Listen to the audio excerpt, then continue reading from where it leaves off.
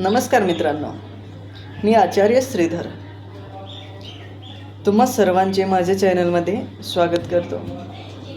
आजचा आपला विषय असा आहे की ज्योतिषशास्त्रानुसार आजाराचे सुद्धा मूल्यमापन किंवा आजाराचा सुद्धा अंदाज लावता येऊ शकतो का, की भावी काळात व्यक्तीला कोणता आजार होणार आहे किंवा शुगरसारखा आजार कुंडलीमधून कसा कळतो, याविषयी सुद्धा आज थोडीशी चर्चा करूया।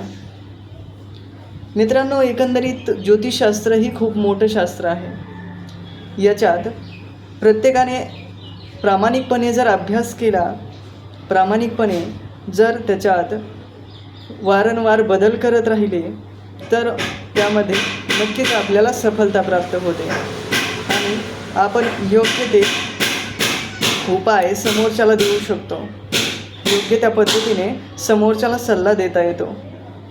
तर ज्योतिषशास्त्रात असं काय आहे, असं कोणता ग्रह आहे ज्यातून आपण शुगर किंवा इतरत्र आजाराची थोडीशी माहिती घेऊ शकतो, थोडासा अंदाज लावू शकतो, हे कशात कोणत्या प्रभावाने किंवा कशाच्या आधारावर असतं, याविषयी आज नक्कीच आपण चर्चा करणार आहोत। ज्योतिषशास्त्रात आजार पाहायचा म्हणलं की कुंडलीत एक महत्त्वाची स्थानं पाहिली जातात।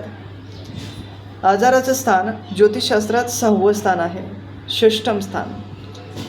6व्या स्थानात कोणते ग्रह उपस्थित आहेत हे सर्वात अगोदर आपल्याला पाहावं लागेल, कारण 6व्या स्थानात जो ग्रह उपस्थित आहे त्याच संबंधित आजार व्यक्तीला असणार आहेत, यात काही संशय नाही, यात काही शंकाच नाही। तर आपल्याला ज्या वेळेस व्यक्तीला शुगर होईल की नाही, शुगरसारखा आजार सध्या सर्वत्रच पसरत आहे, 80% लोकांना याचा प्रभाव जाणवतो।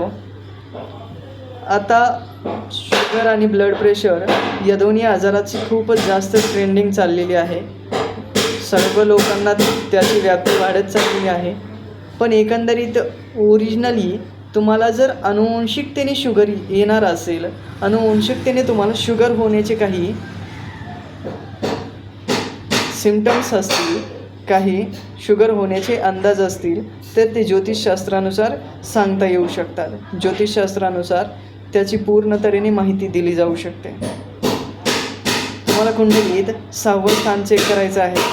कुंडलीमध्ये 6व्या स्थानावर गोड चव असणाऱ्या ग्रहाची दृष्टी आहे का हे पाहणं गरजेचं राहतं। ग्रहांना चवी आहेत।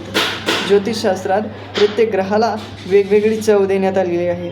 जर तुम्हाला याविषयी माहिती हवी असेल तर कमेंट नक्की करा। ग्रहांच्या चवी, ग्रहांचे रंग आणि ग्रहांचे कारकत्व याच्यावर एक स्पेशल व्हिडिओ बनवला जाईल। गोड चवीचा असणारा ग्रह म्हणजेच गुरु।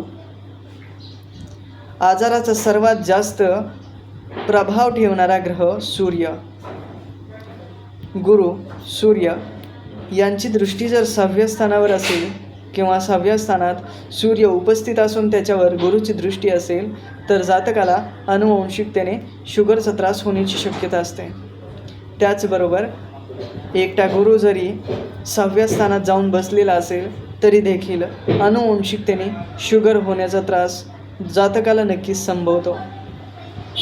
जर 6व्या स्थानात शुक्रासारखा ग्रह उपस्थित असेल किंवा शुक्रासारखा ग्रह दृष्टी टाकीत असेल तर अशा वेळेस अशा जातकाला लो शुगर होण्याचे जास्त योग असतात, म्हणजेच त्या जातकाची शुगर कमी होत राहते ना की वाढते। जर वाढणाऱ्या शुगरविषयी तुम्हाला पाहायचं असेल तर कुंडलीत 6व्या स्थानात गुरुची स्थिती नक्कीच चेक करावी। जर गुरु 6व्या स्थानात उपस्थित आहे आणि त्याच्यावर त्याच्या शत्रुग्रहाची दृष्टी असेल किंवा मंगळासारख्या पापग्रहाची दृष्टी तिथे पडत असेल आणि 6वं स्थान जास्तीत जास्त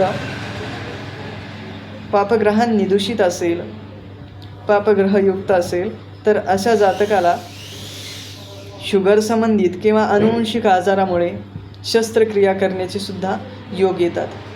त्यावेळेस आपल्याला आपली कुंडली चेक करून पाहणं खूप जास्त गरजेचं असतं। हे आजार कधी होतात याचीसुद्धा अनेक लोक प्रश्न विचारतात की हे आजार कसे होऊ शकतील किंवा कोणता असा फिक्स कालावधी सांगता येतो का? तर हो, फिक्स कालावधीसुद्धा सांगता येतो. ज्योतिषशास्त्रात फिक्स कालावधी सांगण्यासंबंधितसुद्धा खूप काही सूत्र आहेत. त्याच्याविषयी आपण खूप डीप माहिती घेणे गरजेचे आहे.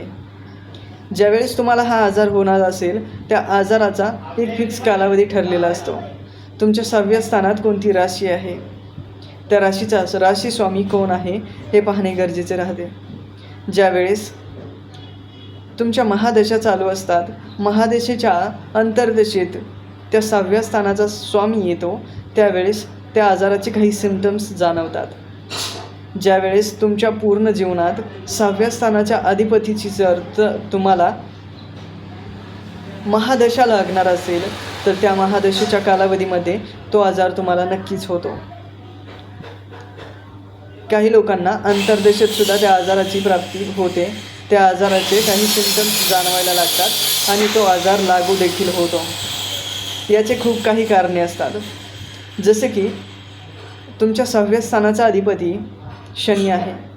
तुम्हाला जागरण करण्याची सवय आहे. जागरण करण्याची सवय म्हटल्यानंतर शनीचा प्रभाव वाढलेला असतो. या काळात तुम्ही तुमच्या जागरणावर नियंत्रण करू शकत नाहीत.